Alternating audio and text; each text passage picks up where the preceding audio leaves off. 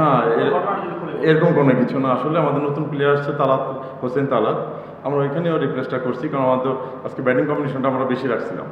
ও যেহেতু অলরাউন্ডার, সেখানে আমাদের টিমের কম্বিনেশনের জন্যই ওকে আমরা বাইরে রাখছি ম্যাচটা। এছাড়া এমন কোনো কিছু নিউজ নেই।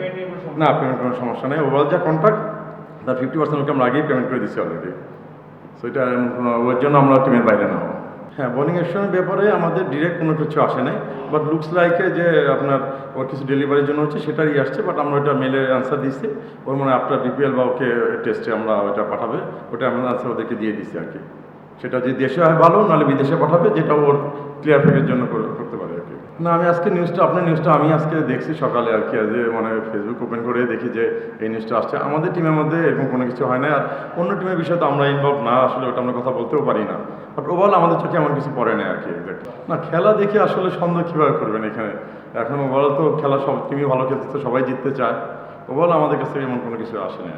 না না না, ঢাকা ফেজার্সে খেলতে পারবে, আমরা এটাই জানাইছি। এখন দেশে যদি পরীক্ষা নেয় ফাইন, নাহলে তাকে হয়তো বাইরে পাঠাবে, কারণ এর আগেও তো তার একটু এরকম আসছিল ইমেজিং থেকে।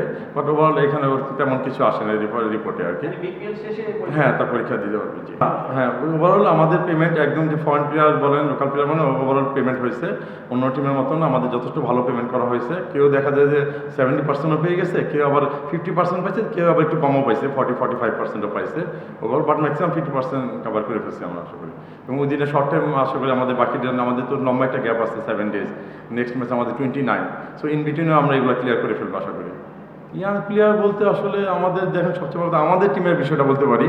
আমাদের টিমে আমরা ড্রাফট থেকে 8 জন প্লেয়ার নিচ্ছি, মানে লোকাল, আর তো ওভারসিজ আমাদের 10টা ফরেন প্লেয়ার আছে। আমাদের 8 জন লোকাল প্লেয়ার। আমাদের পেমেন্ট কিন্তু খুব একটা বেশি না চিরাং টিমে। ওভারঅল আপনি দেখেন ক্যালকুলেশন, আমাদের হাই রেটেড কোনো প্লেয়ারও নেই। বি ক্যাটাগরি 2 জন, একজন শুধু শরীফুল আমরা নিচ্ছি এই ক্যাটাগরি, আর বাকি সব কিন্তু আমাদের F C D. So overall আমাদের পেমেন্ট কিন্তু খুব একটা বেশি না। আর জুনিয়র যাদের বলছেন, জুনিয়র এমন কোনো কিছু নেই, আপনি হয়তো খোঁজ নিয়ে দেখতে পারেন, তারাও পেমেন্ট পাইছে। না এরকম কোনো কিছু না। আসলে আমাদের নতুন প্লেয়ার আসছে তালাত হোসেন তালাত, আমরা ওইখানেও রিপ্লেসটা করছি, কারণ আমাদের আজকে ব্যাটিং কম্বিনেশনটা আমরা বেশি রাখছিলাম। ও যেহেতু অলরাউন্ডার, সেখানে আমাদের টিমের কম্বিনেশনের জন্যই ওকে আমরা বাইরে রাখছি ম্যাচটা। এছাড়া এমন কোনো কিছু নিউজ নেই। না, পেমেন্ট কোনো সমস্যা নেই। ওভারঅল যা কন্ট্রাক্ট তার 50% ওকে আমরা আগেই পেমেন্ট করে দিচ্ছি অলরেডি। সো এটা ওর জন্য আমরা টিমের বাইরে না হবো।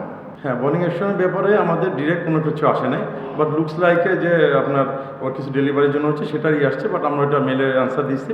ওর মানে আফটার বিপিএল বা ওকে টেস্টে আমরা ওটা পাঠাবে, ওটা আমরা অ্যান্সার ওদেরকে দিয়ে দিচ্ছি আর কি।